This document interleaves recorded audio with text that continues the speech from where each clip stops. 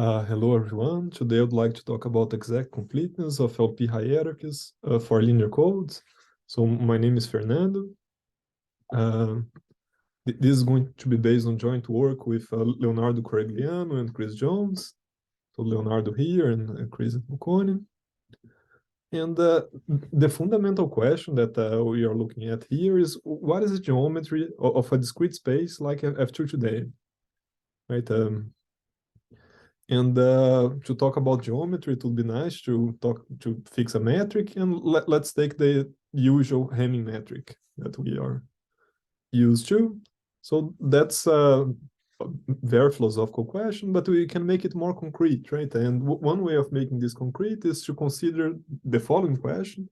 So what is the maximum size of a set of points such that the pairwise distance is at least d? Right, so here we have the space F2 to the n, and we are asking for a subset of points in this space, and you are imposing a minimum distance a condition. So pairwise, the points need to be at least distance d apart. Okay, so this is a very basic question that you can ask about these discrete spaces, and this is related to coding theory. So this collection of points is nothing more than a code. Any subset of points in this space defines a code. And this lower bound on the pairwise distance is known as the minimum distance, or the distance of the code. So what you're asking is, what is the maximum size of a code on this space, F2 to the n, such that the minimum distance that you're denoting by this delta is at least d. And we give this name, the A2 and d, or concreteness, and you're asking, what is the value? What is this quantity? What is the maximum size of a code of block length n and minimum distance d? And sometimes determining those quantities exactly can be hard. So let's try to explore a simpler question. And the simpler question is, what is the asymptotic growth of this quantity? Let's say that we have n going to infinity, and we are interested in understanding how fast is the growth of this function here. Okay, and let's define a little bit more notation that's going to be convenient. One notation that's very convenient is the asymptotic rate. So here you're given a delta that's let's say a constant between 0 and a half, and we are looking at this quantity. You're taking the limit of the log of the size of a to n with distance delta times n, and we normalize. So we are taking the log of the size of the code. So this is, in this regime, it's meant to be exponential in n, and then you're normalizing by n. So roughly, the asymptotic rate is capturing this exponential growth of a code. So a code grows up to lower order terms in this form. So 2 to the asymptotic rate times n. So there is an exponential growth in this regime that delta is a constant. And the natural question is, can you at least determine this asymptotic growth, right? Ignoring lower order factors here. Very good. And one thing that's very surprising is that we do not know. So this asymptotic growth is not known. So we do not know how the size of the code grows. So it could be the case that a code is of this size, or a code potentially might be a bit larger, or potentially the largest code could be much, much larger than, and we do not know. We do not know precisely, okay? And I think this is a mathematical problem, an interesting mathematical problem itself, but codes can be useful in practice, right? If you want to protect our data against corruption, you might be interested in using codes. And if you do not understand the best codes that you can use, you might be using more redundancy. You might be requiring more storage to protect our data. So it can be useful. In the communication, you might be exchanging more bits than we need, right? And also, this may incur a cost in terms of energy. So this is a fundamental question. Reality tends to be much more complicated. But at least in the theoretical level, it's as a question that would be very interesting to understand, right? What exactly are optimal codes? Okay, and this theoretical understanding is not there yet, and it could have potential practical implications. Very good. But what is known? So there is this famous curve in coding theory that's called the Gilbert-Warshamov bound. It dates back to the 50s, and it gives us what is achievable, what is possible. So combinations of rate and distance below this green curve, they are possible, okay? And it's a very simple argument, and those are the parameters of random codes. If you take points at random in the space or random linear code, you get this parameter. So H2 here is the binary entropy, but it's not very important what it is at this point. And in terms of upper bound, we have a curve saying that the combinations of rate and distance above this curve, they are impossible. And this is due to McAllis, Rodney, Ramsey, and Welsh from the 70s. And it gives this function here. Again, it's not important, the exact expression. But what is important here is that we have a noticeable gap, right, between the lower bound and the upper bound. And to be precise, there are actually two bounds, two upper bounds here, depending on whether the distance is more or larger. But let's only look at this one. This one is the best one for larger distances, okay?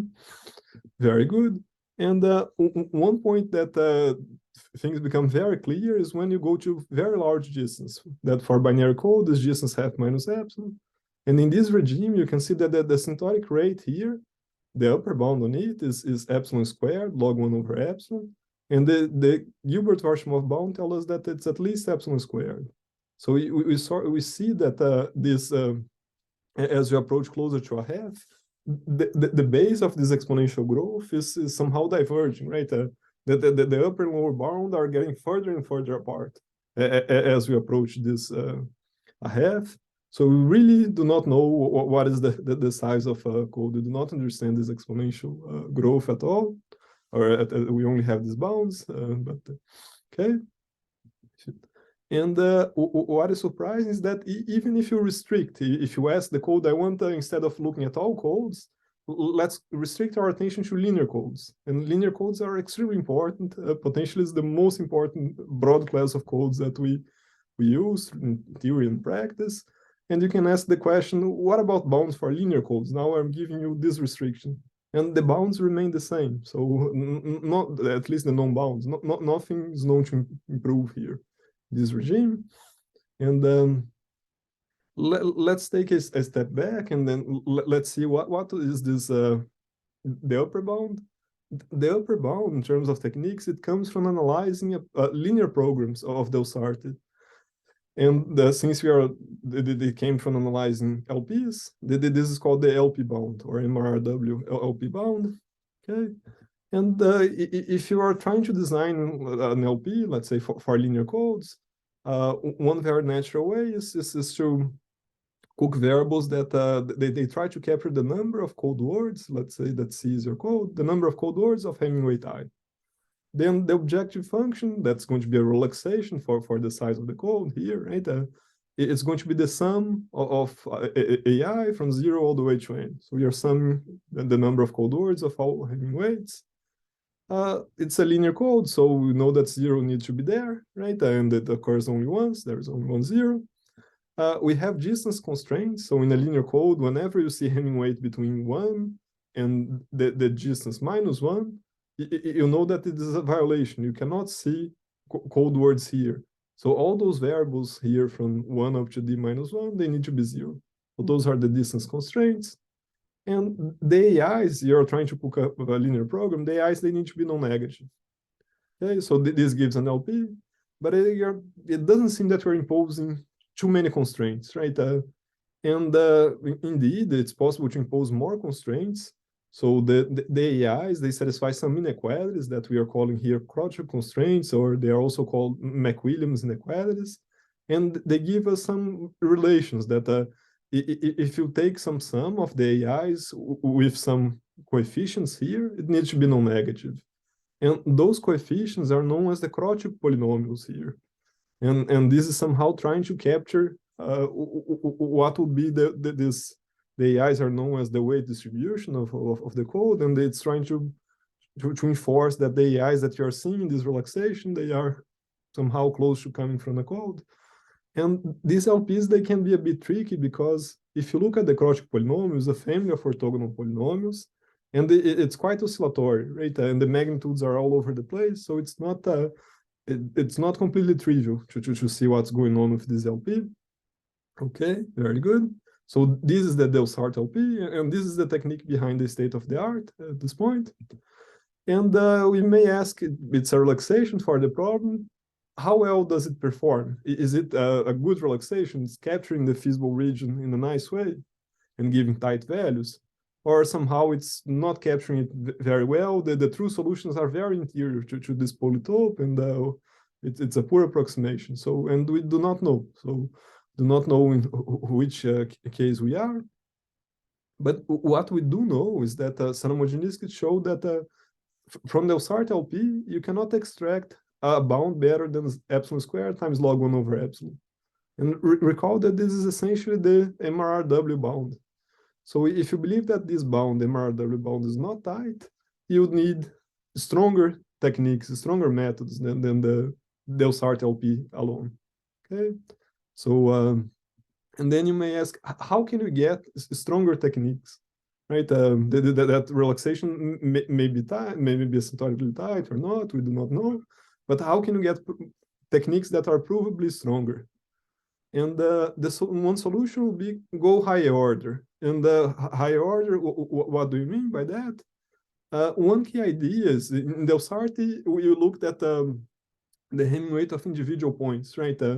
And now we can look at tuples of words and consider the Hamming weight of the sum of all subsets of it. We can look at the Hamming weight of this guy and this guy, the Hamming weight of their sum, the Hamming weight of the sum of every guy. So you can look at the Hamming weight of the sum of every guy. And since our code is linear, right? If this comes from a tuple of code words, we can impose, you can look at this Hamming weight, and if it's between 1 and distance minus 1, we know that it's a violation, right? It can't be there. So the idea is going to be precisely explore that, explore this interaction of a higher order that's called a null point bound, but also explore the linearity of the code to impose more constraints. And indeed, if you do that, you can come up with a hierarchy that generalizes the Delsart LP. It coincides with it in the first level. And it revolves around the notion of configuration. It's not that important what it is, but if you see here, this problem, it's syntactically very similar to Delsart LP. But now we have things that are higher order. So here we have the multivariate Kroc polynomials, but syntactically, it's very, very close to Delsart LP. And it's certainly more complicated, but why do we think this program is interesting? One reason is that it coincides with the state-of-the-art technique in the first level, right? There is this structural similarity with Delsart LP, and that for this problem is essentially the only convex problem that we know how to analyze theoretically. It probably converges and one good thing is that you're having this extra structure, but it probably converges to the correct value. And that's going to be quite important. So in a previous work, we showed that this hierarchy, as the level becomes larger than n squared, it converges to what would be the correct size for linear codes. So lin here means that the same thing of H2MD, but for linear codes. So it's going to converge. It's not going to give, in this proof, we do not prove that it converges exactly, but it gives the exact value, but it will converge as the level gets larger, and you need a level that's at least n squared. That's very good. It seems that this hierarchy might be, I don't know, a stronger technique that we may be looking for.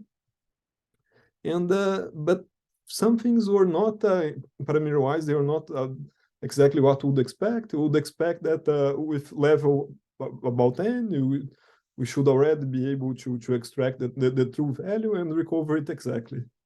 And this work is doing precisely that. We are refining our understanding of this hierarchy and showing that indeed, at level n, we recover things exactly. And the plan, what we learned here is that we gave a new perspective on this hierarchy. We looked at this hierarchy from a new angle based on pseudo probabilities. And from this new angle, we could see that indeed it had this exact completeness. It recovered the value exactly. Okay. And this problem is very rich in symmetries, especially when you go to higher levels. There are a lot of symmetries that you can explore. And one symmetry that's going to be important in this new perspective is to consider subspaces. Consider the symmetry of those programs around subspaces.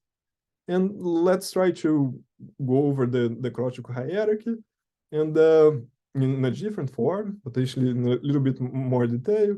So here, what you're going to have a solution, but now indexed by tuples in F2 to the N to the L. And the intention is that if you had a code, this would be capturing the product of the indicators, or all those words here in the code. So this would be the ideal solution. And if you want to, the objective function would be summing all possible tuples and then asking this question. So it would give us, in this case, the size of the code to the L. It's going to be a linear code. So here, the all zeros tuple, we should have C1, the normalization. Now we can impose the distance constraints that we mentioned. So whenever you look at the span of this tuple of vectors here, if there is a vector such that its Hamming weight is between 1 and d minus 1, we are allowed to say that this is 0. This is not allowed to happen because of minimum distance. Very good. We also have inequalities corresponding to Fourier coefficients. We know that if you see this AX as some function of tuples, we know that when you compute this Fourier transform, we need to see something that's non-negative. Okay, there is a reason for that. It's essentially because the dual of a linear code is the Fourier transform of a linear code is proportional to the indicator of its dual. The indicator of a Fourier transform of the indicator of a code is proportional to the indicator of its dual. So that's the reason, but let's not discuss it further. And since the solution that we have in mind has this form, if you have two tuples that span the same space, we should put the same value, right? Very good. So those are subspace symmetries in our problem. And we also, this is supposed to be an indicator, so it should be greater or equal than 0. So we have this program here, and very good. So, and since it's a linear code, right, this would be asking, is the span of this code word, these words in our code, right? It's contained in our code. So that's, you can replace by that. But this is a relaxation. So what you're asking is some pseudo probability, some relaxation of this indicator to say, is the span of this type of words in our code? Very good. And now, since we have this these constraints, the subspace symmetries, we can rewrite this whole program in terms of these variables indicating that a given subspace S is contained in our intended code. So we have those pseudo probabilities here, and for every subspace S. So we can rewrite this program in terms of these variables.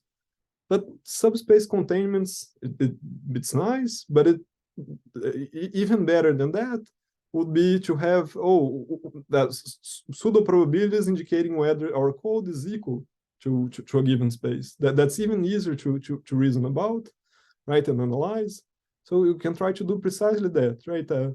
So here we can express that S contained in C is the same as the pseudo probability is the same as the sum of all the pseudo probabilities of all the guys that are larger or equal than S, right?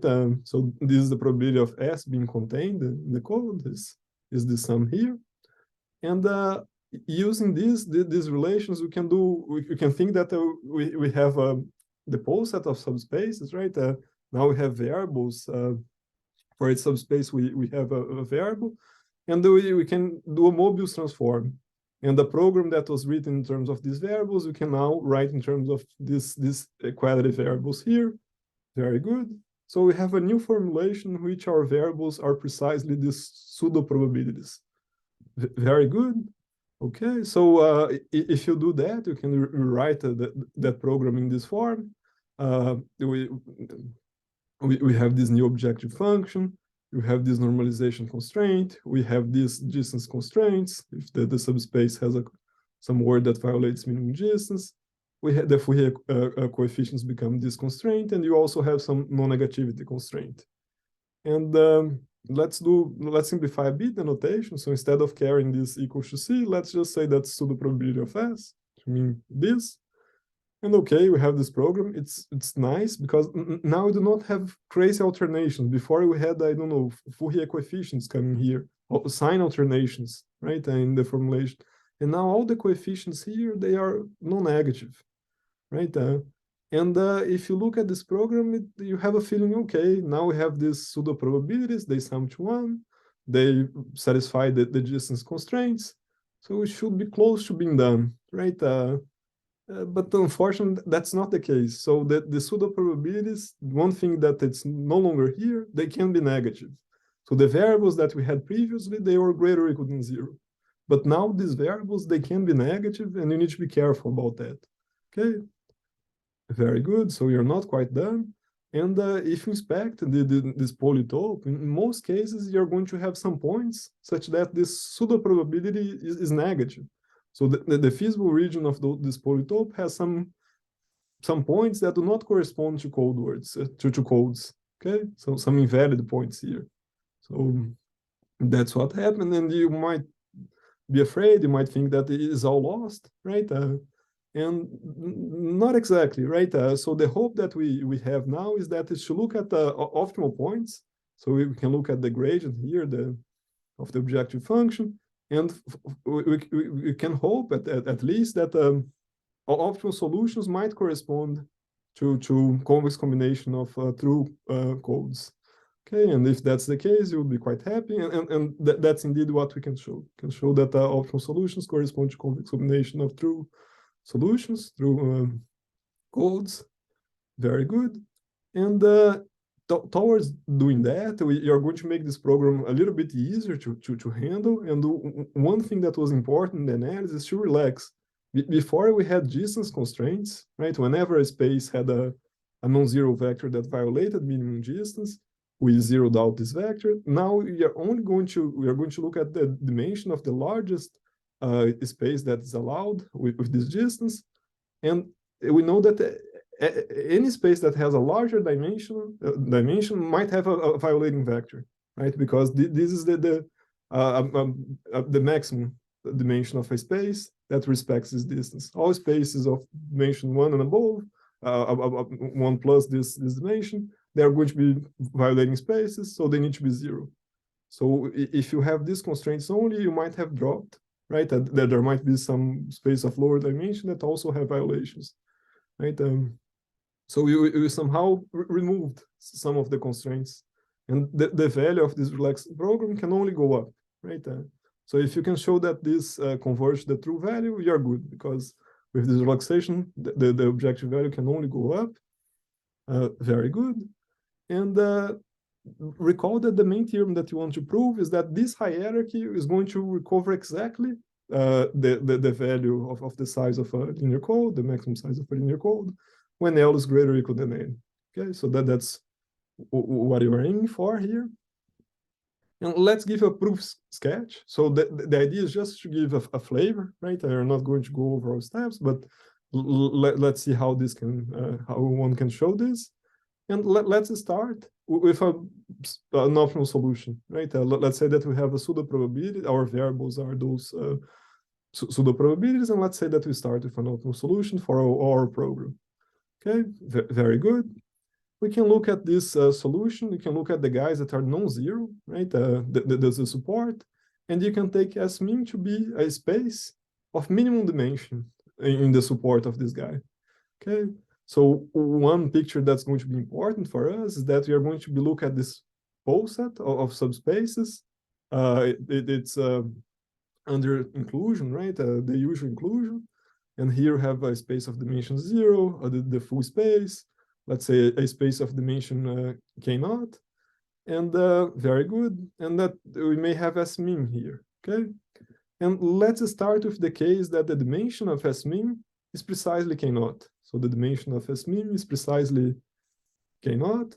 And what it means, since a space of minimum dimension, it means that everything below it, by definition, needs to have value 0, right?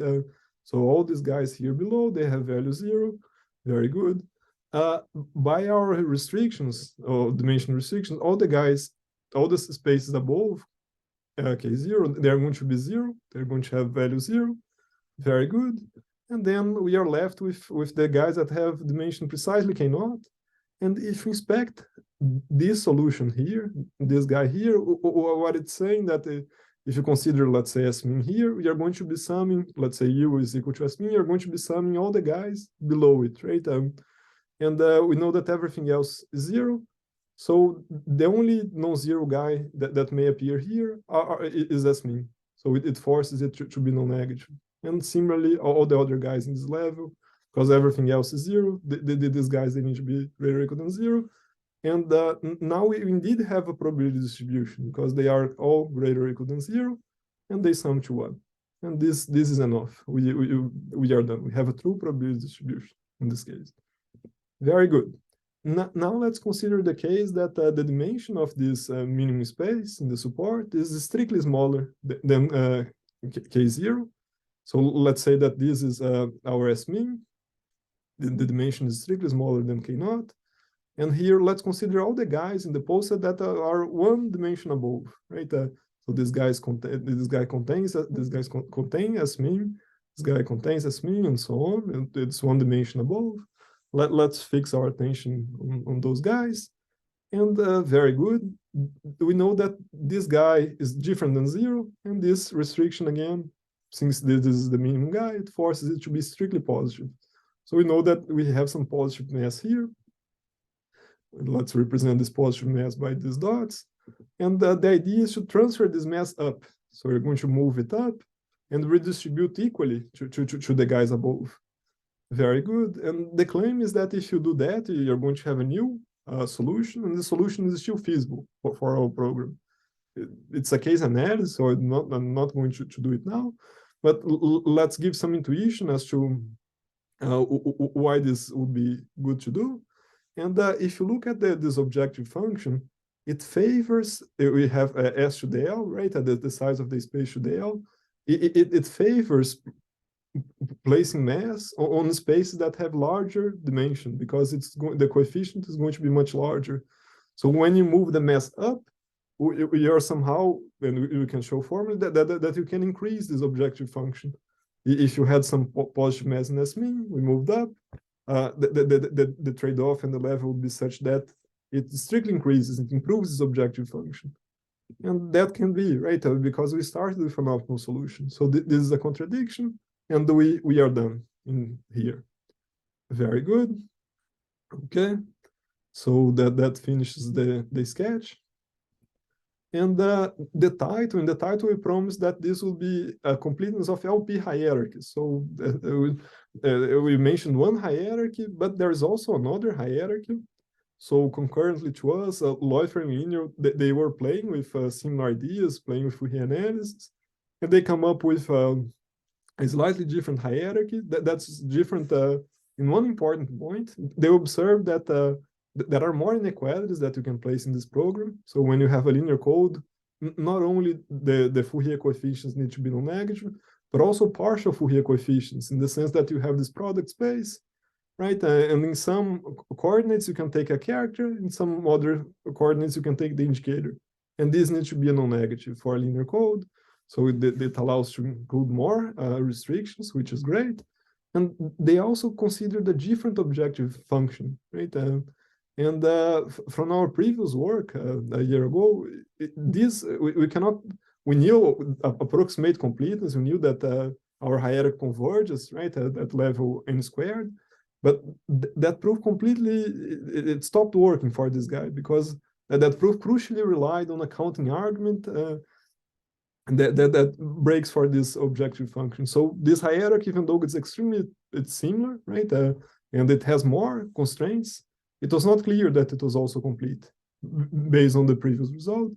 But now, using the pseudo probability formulation, can also show that yes, it's also complete. It also allows to look at this hierarchy and prove exact completeness by level n. And these extra restrictions, they are also nice in the sense that in our hierarchy, the polytope has some points that the pseudo probabilities can be negative. But in their hierarchy, all those pseudo probabilities, you can show that they are greater or equal than 0. So we really have a probability distribution. Those pseudo probabilities are probabilities. So this convex, the feasible polytope is indeed the convex hull of true solutions. Okay, very good. So that's our new structural understanding about these hierarchies. Of course, there's much work to be done in terms of analyzing them and so on. But that's all for today. And thank you very much for your attention.